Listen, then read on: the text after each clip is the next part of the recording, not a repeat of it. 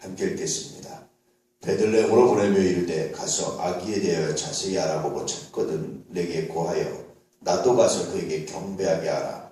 박사들의 왕의 말을 듣고 갈새 동방에서 보던 그 별이 문득 앞서 인도하여 가다가 아기 있는 곳 위에 머물러 서 있는지라. 그들이 별을 보고 매우 크게 기뻐하더라. 동방박사에 대한 이야기죠. 동방박사가 누구냐에 대한 연구가 많이 진행됐고 많이 했습니다. 그런데 주로 이제 지금의 이란 쪽 있죠. 이쪽 페르시아 지역에서 최고의 학자들, 학문을 연구하는 사람들로 알려졌습니다.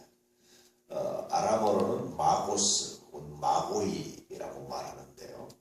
그 당시에 일종의 제사장이면서 학자이면서 최고의 학문을 간직했던 사람들, 특히 당시에 동서양을 막론하고 다 천문학이 발달을 했었어요.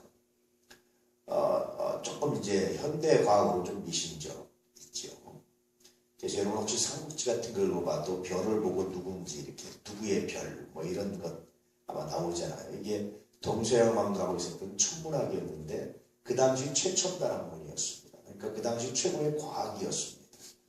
하나님은 그렇습니다. 지금 우리가 갖고 있는 과학도요, 시간이 지나면 아주 기초적인 것이고 어떤 의미에서 무식한 것이고 무지한 것이 됩니다.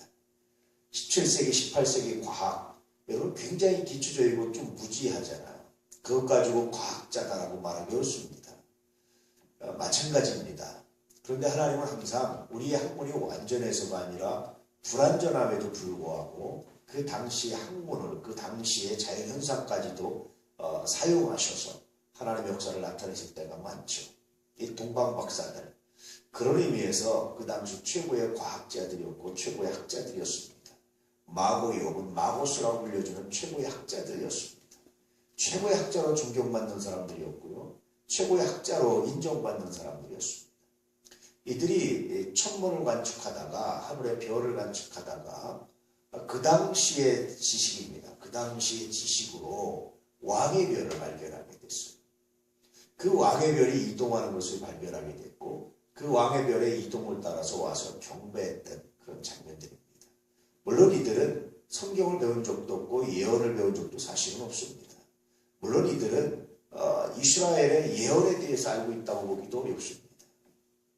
그런데 이들이 와서 경배를 하고 이들이 와서 황금과 모략을 드리고 이들이 와서 예수님의 나심에 대해서 증거했습니다. 성경에 보니까요, 이렇게 예수님의 탄생에 대해서 이해했던 사람들은 유대 제사장들이라든지 혹은 서기관들이라든지 혹은 율법에 열심히 있던 사람들이 아니라 이렇게 외부 사람들이었습니다. 어떤 의미에서 동방박사들, 당시의 학자들입니다. 과학자들입니다. 오늘날로 말하면 그냥 일반 과학자가 기독교의 성경의 예언의 이야기들에 대해서 이야기하고 있는 거예요. 증언하고 있는 겁니다. 또 바깥에서 양을 치던 목자들이라든지 이런 사람들입니다. 이런 사람들이, 그런 그 목자들이 물론 이제 제사장들이다 뭐 이렇게 말하는 사람들이 있지만 어쨌든 이런 사람들이 와서 예수님의 탄생을 경배하고 증언하고 이해하고 했던 면들을 이제 성경에 볼 수 있습니다. 그래서 오늘 동방박사들의 이야기는 단순하게 보기는 어렵습니다. 그것은 당시의 최고의 지성인들, 최고의 과학자들도 예수님의 탄생을 알았다. 다시 말하면 하나님께서 예수님의 탄생을 비밀스럽게 하신 것이 아니라 그 당시의 자연현상이라든지 자연과학, 인간의 입장에서는 자연과학을 총동원하셔서 예수님의 탄생에 대해서 말씀하셨다라는 것을 의미하는 것이 동방박사들의 사건입니다.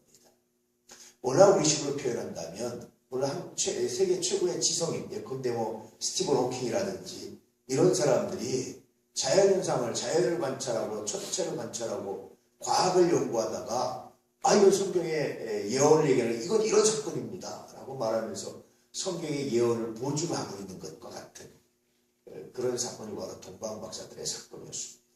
이만큼 예수님의 탄생이 공적이었고 이만큼 예수님의 탄생이 전 우주적이었고 이만큼 예수님의 탄생이 다른 하나님을 안 믿는 사람들에게조차도 자연과학자들에게조차도 확실하게 나타났던 하나의 증거고 징표였다라는 것을 말씀해 주고 있습니다.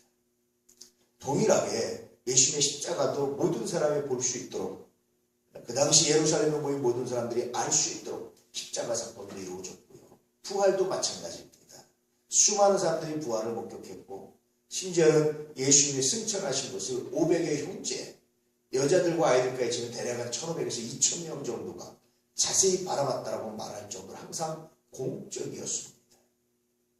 세상에 어떤 종교가 이렇게 공적으로 한 종교가 없습니다. 우리 하나님만이, 우리 주님만이 하셨던 굉장히 놀라운 사건들입니다.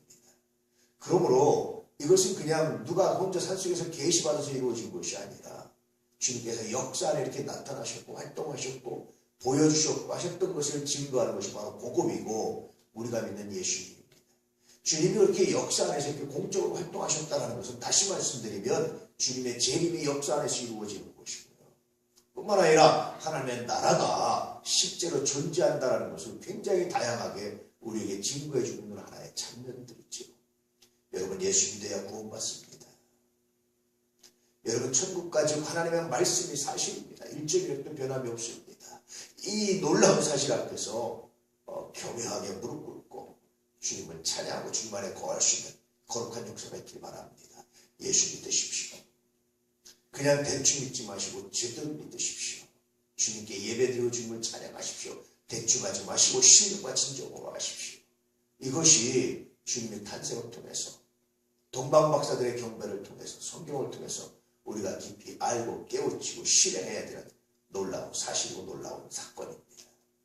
오늘 우리 이 아이 가족들은 그렇게 주님 안에 와 그렇게 은혜 안에 거하는, 그렇게 말씀 안에 와 그렇게 예배 안에 거하는, 진실로 이 시대에 주님을 사랑할 수 있는 거룩한 역사가 있기를 축복합니다.